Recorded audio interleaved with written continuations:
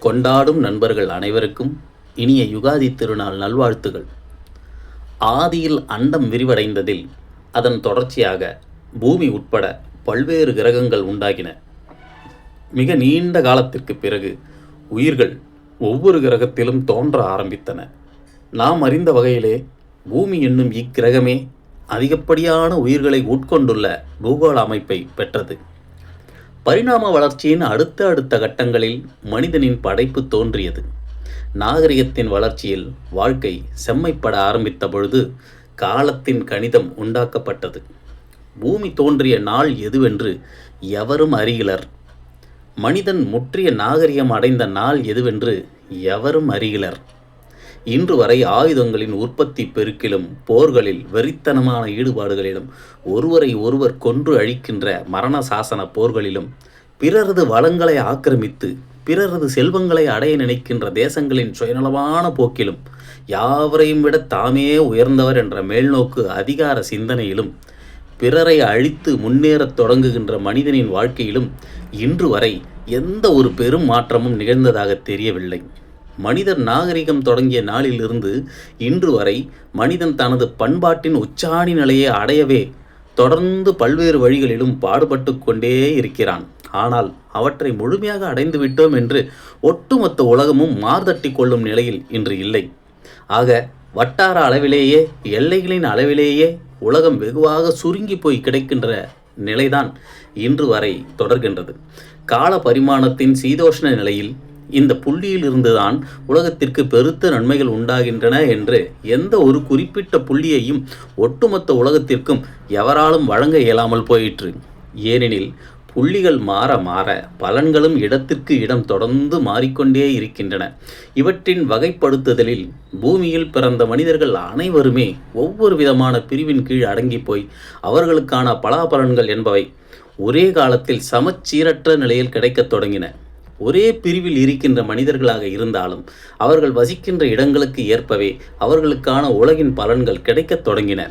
ஆக அது இன்று வரை தொடர்ந்து கொண்டிருக்கின்றது.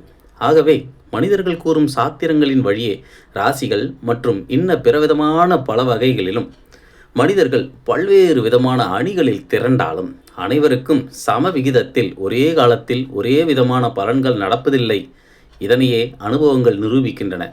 ஆயினும் மனிதர்கள் ஒன்று கூடி கொண்டாட்டங்களில் ஈடுபடுவது என்பது ஒட்டுமொத்த மனித சமுதாயத்திற்கும் இதமான மனித பண்புகளுக்கும் நன்மை என்பதால் அதனை அவரவர் நிலையிலிருந்து கொண்டாடி கொண்டிருப்பது என்பது மிகவும் வரவேற்கத்தக்க ஒன்று.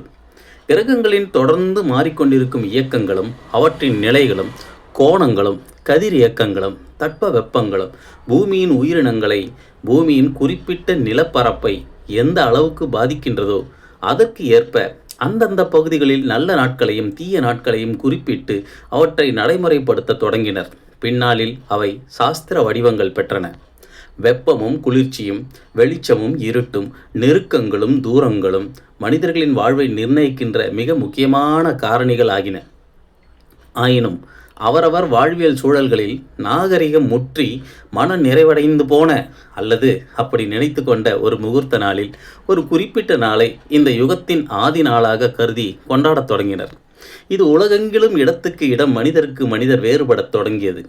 இடங்களும் மனிதர்களும் அவர்களின் வாழ்வியலும் மாறுபட்டு இருப்பினும் குறிப்பிட்ட விசேஷத்திற்கு என்று குறிப்பிட்ட நாளை ஒதுக்கி மனிதன் கொண்டாடத் தவறவில்லை. கொண்டாட்டங்களுக்கான பல்வேறு நாட்கள் நிர்ணயிக்கப்பட்டு அந்தந்த நாட்களில் கொண்டாட்டங்கள் அவரவர் இடங்களில் அவரவர்களால் கொண்டாடப்பட்டன. நவகிரகங்கள் என்ற பௌதீகவியல் கணிதத்தில் சூரியனை மையப்படுத்திய நமது சூரிய மண்டல கிரகங்கள் சுற்றி வருகின்றன. இந்நிலையில் ஒரு குறிப்பிட்ட புள்ளியில் சூரியன் வருகின்ற பொழுது பூமிக்கு அதன் பூர்ணமான கலைகள் செழிப்புடன் கிடைக்கின்ற அமைப்புள்ள நாளை ஒரு புதிய பிறப்பு தோன்றியதற்கான குறிப்பாக கொண்டு கொண்டாடத் தொடங்கினர். அவற்றில் இந்த யுகத்தின் ஆதி நாள் என்று கருதப்படும் யுகாதி நாளும் ஒன்று. இந்த யுகாதி திருநாளை கொண்டாடும் மக்கள் அனைவருக்கும் எனது உளமார்ந்த நல்வாழ்த்துகள். இந்த யுகத்தின் ஆதி திருநாள் என்று குறிக்கப்பட்டு கொண்டாடப்படும் யுகாதி திருநாளில் உலக மக்கள் அனைவரிடமும் அமைதியும் மகிழ்ச்சியும் வளமும் நல்லெண்ணமும் நீங்காத இறையருளும் குறைவர கிடைக்கப்பெற்று எல்லோரும் வாழ்வாங்கு வாழ அந்த ஆதி பரம்பொருளை வேண்டிக் கொள்கிறேன். வாழ்க வையகம். வாழ்க வையகம், வாழ்க வளமுடன். ஞானா.